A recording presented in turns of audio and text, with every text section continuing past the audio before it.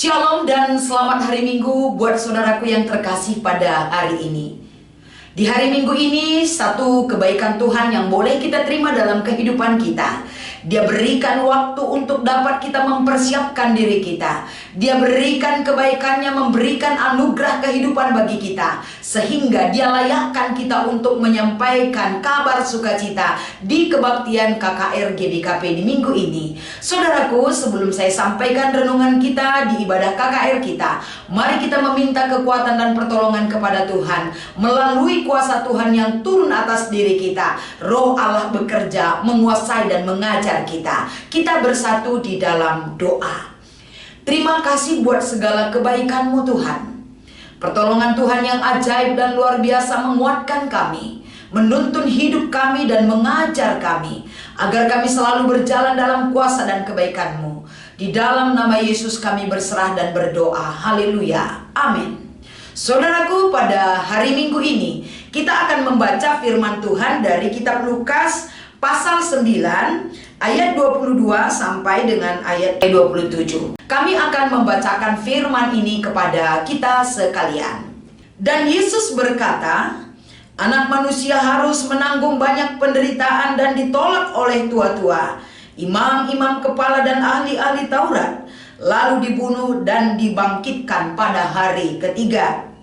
Katanya kepada mereka semua, setiap orang yang mau mengikut aku, ia harus menyangkal dirinya, memikul salibnya setiap hari, dan mengikut aku.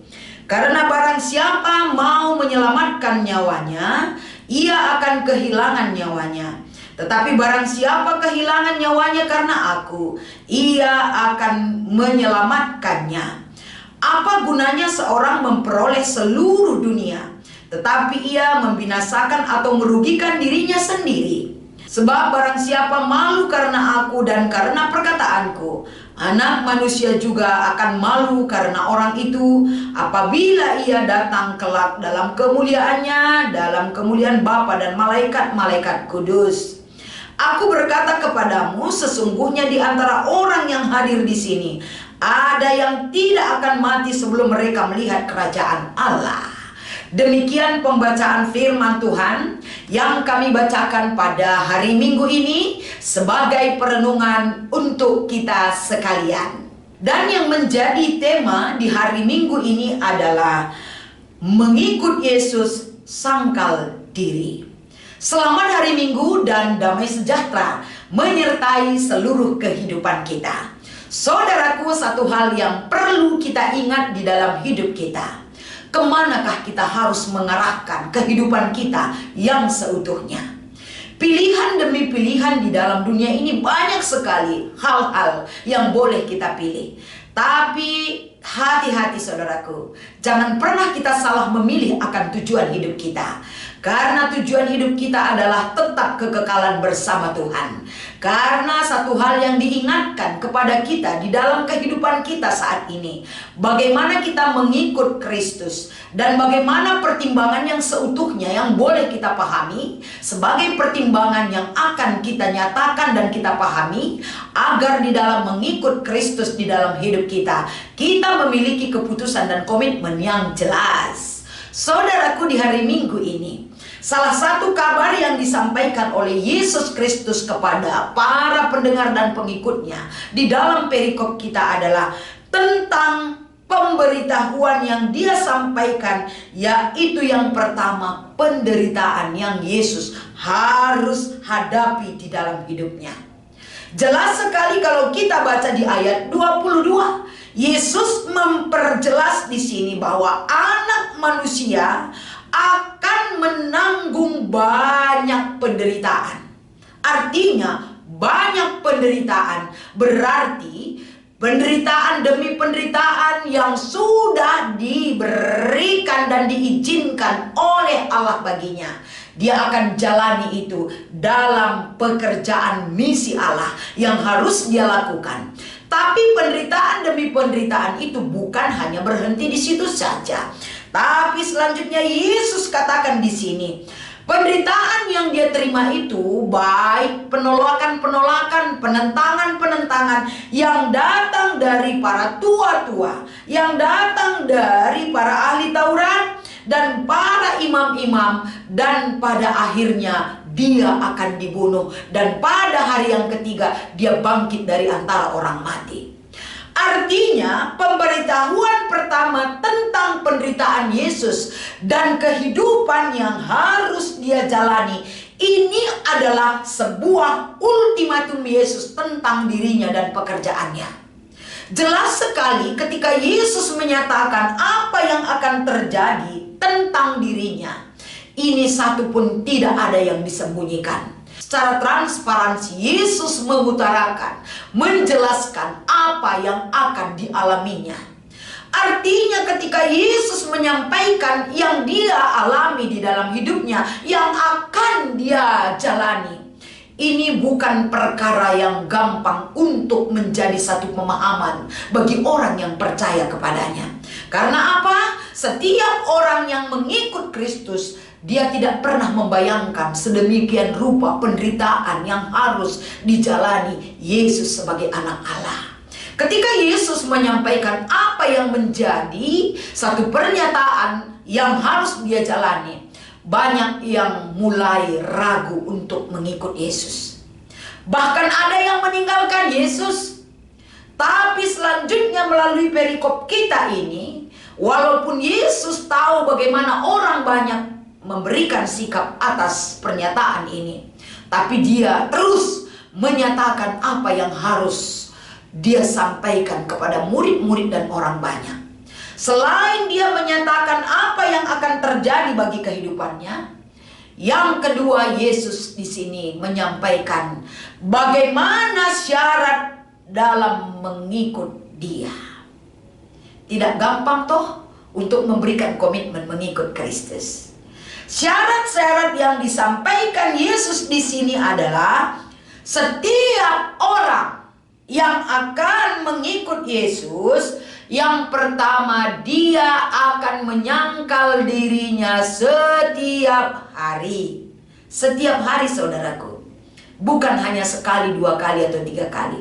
Setiap hari.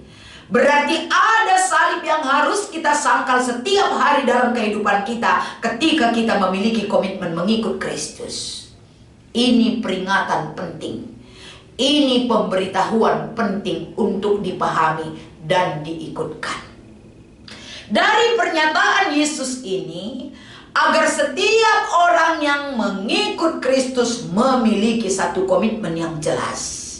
Tidak ikut-ikutan, tidak asal-asalan, dan tidak menunjukkan tidak setia. Tapi kesetiaan mengikut Kristus, bersedia memikul salibnya setiap hari dan menyangkal dirinya setiap hari. Ini Yesus sampaikan agar syarat-syarat bagi orang yang mengikut dia memahami dengan jelas konsekuensi mengikut Kristus di dalam hidupnya. Dan tidak berhenti di situ saja saudaraku. Tapi yang ketiga yang disampaikan dalam perikop kita adalah ada satu pertimbangan diri. Pertimbangan diri yang disampaikan oleh Yesus di sini adalah kalau kita setia mengikut Kristus dan kalau kita meninggalkan Kristus dalam hidup kita, jelas sekali Yesus memberikan gambaran mulai dari ayat 24 sampai dengan 27. Gambaran perbandingan yang disampaikan oleh Yesus adalah bagaimana orang yang menyelamatkan nyawanya di luar persekutuan dengan Kristus, dan bagaimana orang di seluruh dunia, bagaimana dia setia mengikut penderitaan dan jejak kaki pelayanan Yesus. Mereka tidak pernah malu dengan iman mereka. Mereka tidak pernah malu dengan keberadaan mereka karena berita Injil itu. Ini adalah jelas sekali disampaikan oleh Kristus. Dan selanjutnya, bagaimana kita sebagai orang-orang yang bersedia mengikut Kristus harus memiliki komitmen yang jelas dan setia dalam mengikut Dia. Artinya dari pernyataan yang disampaikan oleh Yesus Kristus di dalam Lukas pasal 9 ayat 22 sampai 27.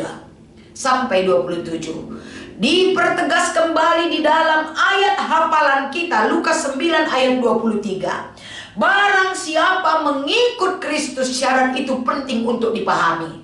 Makanya di hari Minggu ini, ayat hafalan yang menjadi titik penekanan pengikut Kristus itu penting. Barang siapa yang mengikut Kristus harus bersedia menyangkal diri dan memikul salibnya setiap hari. Jangan takut oleh penderitaan dan kegagalan. Jangan takut oleh hal-hal duniawi yang bisa merongrong kesetiaan kita. Siapa yang bersedia menyangkal diri dan memikul salibnya setiap hari layak untuk dikatakan sebagai murid Kristus. Saudara-saudara yang terkasih, bagaimanakah seorang murid Kristus menyatakan imannya, kesetiaannya di dalam hidupnya? Kita boleh belajar dari pengalaman Daud. Sebagai bacaan remaja di hari Minggu ini, Mazmur 32 ayat 1 sampai dengan ayat 5. Daud katakan, penderitaan-penderitaan yang kualami sepanjang perjalanan kehidupanku, ternyata dalam penderitaan dan kesengsaraan yang aku alami, aku memperoleh pendidikan rohani yang diberikan oleh Allah. Yang pertama, aku merasakan diriku yang tidak layak menjadi layak oleh pengampunan dosa yang diberikan oleh Tuhan. Dalam penderitaan yang kualami, aku menemukan kasih sayang Tuhan. Dalam penderitaan yang kualami, aku menemukan kekuatan yang diberikan oleh Tuhan. Dalam segala penderitaan yang kualami, kesetiaanku tetap ada kepada Tuhan. Karena di dalam penderitaanku, aku tidak pernah ditinggalkan oleh Allah sedetik pun. Itulah kesetiaan Daud di dalam memikul salib dan setia kepada Allah di dalam hidupnya. Jadi dari pernyataan ini, hari Minggu ini bagaimana adik-adik kita diajak untuk bisa menjadi pengikut Kristus dan menyangkal diri mereka. Ini adalah pengajaran yang sangat fundamental yang kita sampaikan kepada adik-adik kita. Adik-adik kita dalam masa perkembangan masih kecil dan mungkin mereka belum tahu lebih dalam lagi dalam mengikut Kristus. Tapi paling tidak pengajaran yang kita sampaikan ini, adik-adik kita harus melihat sebuah perubahan hidup di dalam hidupnya. Bahwa hidup ini tidak akan selamanya nyaman. Bahwa hidup ini bukan selalu yang enak-enak saja. Sama seperti saat ini mereka alami kenikmatan hidup, kesenangan hidup. Bagaimana manisnya kehidupan dalam naung kasih orang tua. Dan apapun mereka butuhkan mungkin mereka masih dapat saat ini. Tapi ada saatnya perubahan hidup yang akan mereka jalani ke depan. Ada saatnya kesulitan mereka akan hadapi dalam hidupnya. Tapi bukan berarti anak-anak Tuhan gagal dan menyerah dalam menghadapi kehidupan ini. Sejak dini pengajaran ini mereka terima. Agar ketika mereka terjadi perubahan yang mengubah hidupnya, mereka tidak kaget, tapi mereka sudah dibekali. Demikianlah firman ini kita sampaikan dan sempurnakan kembali di dalam persiapan seluruh pelayan KKR agar firman ini semakin nyata diterima oleh adik-adik kita. Selamat melayani buat Tuhan, buat semua pelayan KKR dimanapun berada saat ini. Tuhan Yesus memberkati. Kita berdoa. Kami bersyukur atas segala kebaikan pertolongan-Mu Tuhan. Sempurnakan firman ini untuk disampaikan oleh pelayan KKR yang Kau tugaskan untuk melayani, menyampaikan kebenaran-Mu Tuhan. Mampukan mereka dengan hikmat sorgawi, dengan kreativitas menyampaikan kebenaran ini untuk adik-adik kami. Di dalam nama Yesus kami mengucap syukur dan berdoa. Haleluya. Amin.